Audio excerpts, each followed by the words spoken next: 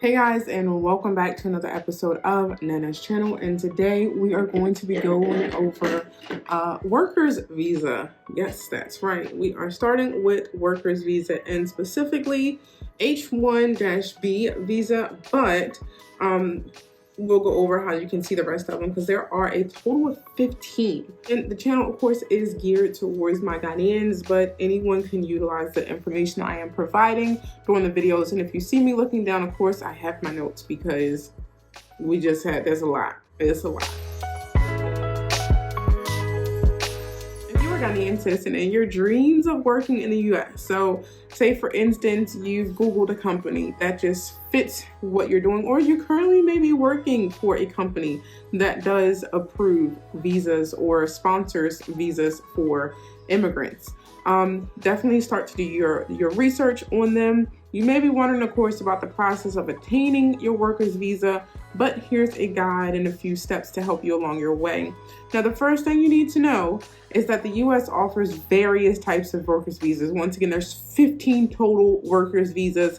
This information is coming directly from USCIS, so I also do have their website pulled up.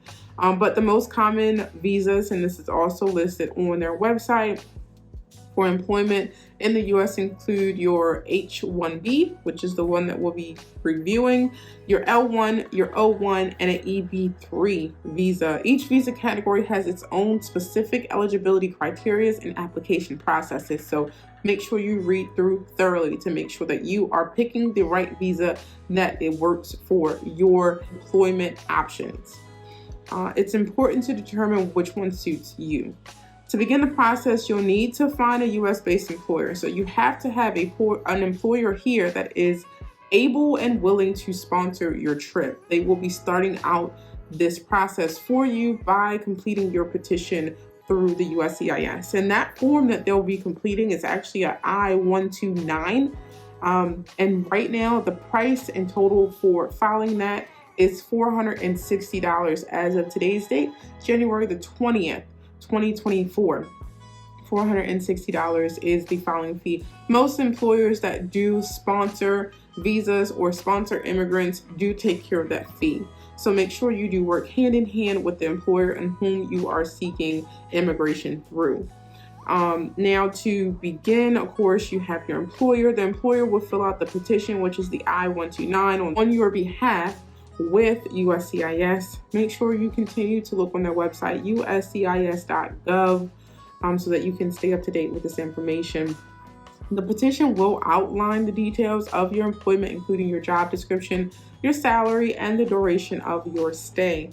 Remember, this is not an immigrant visa per se. This is not a permanent immigrant visa. This is a temporary immigrant visa, so there are stipulations. However, there are ways to either extend or other visas to file for after you have been here and worked and, have a good rapport with the U.S. But once the petition is approved, you'll receive a notice of approval. It's known as the I-797. It's so exciting to get mail from the USCIS, but this form is a document that serves as proof that your petition has been accepted and allows you to move forward with your visa application process. But keep in mind that your employee's petition does not guarantee that you will be granted a visa. It's an essential step in the overall process, but it is not a guarantee. Once your petition is approved and you received your 797, then the next steps can begin, which include you submitting all of your documents to the U.S. Embassy. Yours is located, of course, in Accra, but these documents usually include your valid passport, passport photos, approved petition, your visa application form, and any additional documents specified in your specific application for your visa. But it's crucial to carefully, and I cannot stress this enough, to go over your documents extremely carefully, to go over them bit by bit. Have someone else look behind you if need be to make sure that you are filling and completing these documents out properly and in total. You do not want to submit any half-completed documents. It just hinders your process. After submitting your application, you'll be required to attend an interview. It's usually at the Accra Embassy. The purpose of the interview is to assess your eligibility and intentions on working in the United States. During the interview, please be prepared to answer all questions about your qualifications, your employment history, and reasons for wanting to work in the U.S. Basically, this is just a fact-finding mission. They want to make sure that the information that you submitted in your document and the petition that was submitted on your through your employer is accurate and that it's true. This is where a lot of people get caught up in falsifying employment or trying to come to the States on bad terms. It's just not a good look, and it does hinder your process down the line if you ever do want to file for another application, or if you do get here and you want to stay. So just be truthful and honest. Study the paperwork that your petitioner has submitted, and then of course bring all your documents with you if they're not asking you to submit it up front. If your application is approved, then you'll be issued your worker's visa. However, keep in mind that the visa will have an expiration date. Once again, this is a temporary visa, but there are steps to either renew it or apply for a different category when that time comes, if you do wish to stay in the States.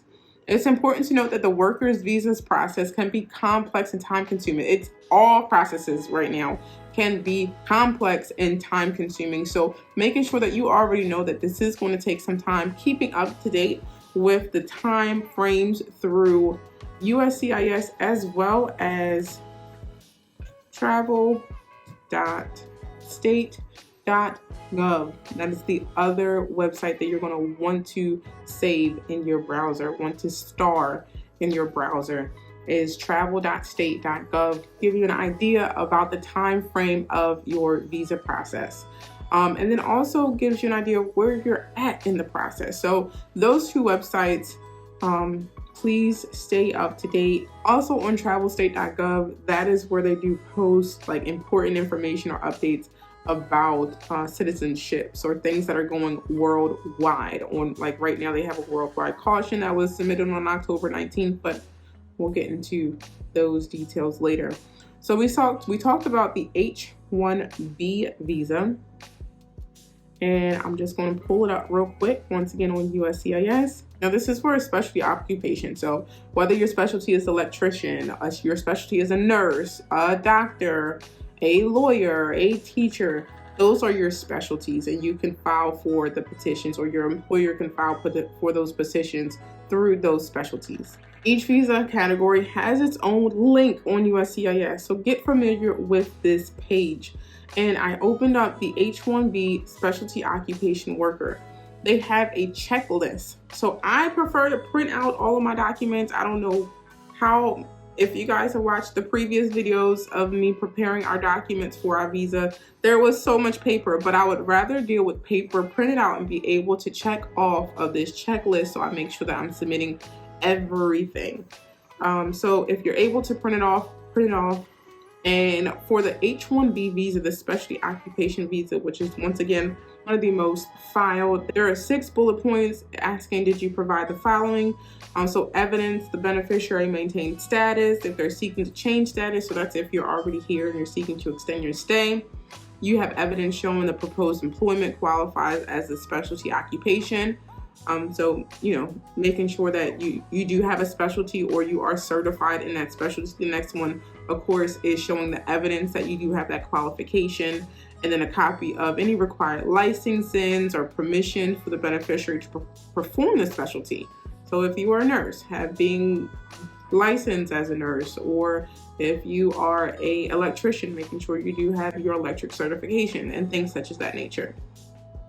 Also, a copy of any written contract. So work hand in hand with your employer.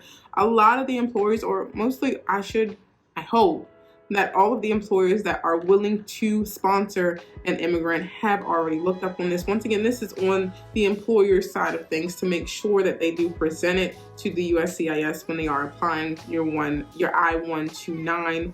But if they don't have, so say for instance, a copy of your licensing or a copy of your passport, things such as that nature, make sure you do keep them updated on that information. And then it is up to them to submit it alongside with your petition. There are 15 total visas for this specific area. But make sure you click through each of the links because they are detailed in what is needed and required for those specific visas. So you do not want to be in a specific trade and need to apply for a H-1B specialty occupation worker, but you're trying to become an investor or a trader. So definitely look through. They also have temporary non-agricultural workers or agricultural workers. There are religious workers, there are athletes, let's see, entertainers. Yeah, so there's quite a bit on here.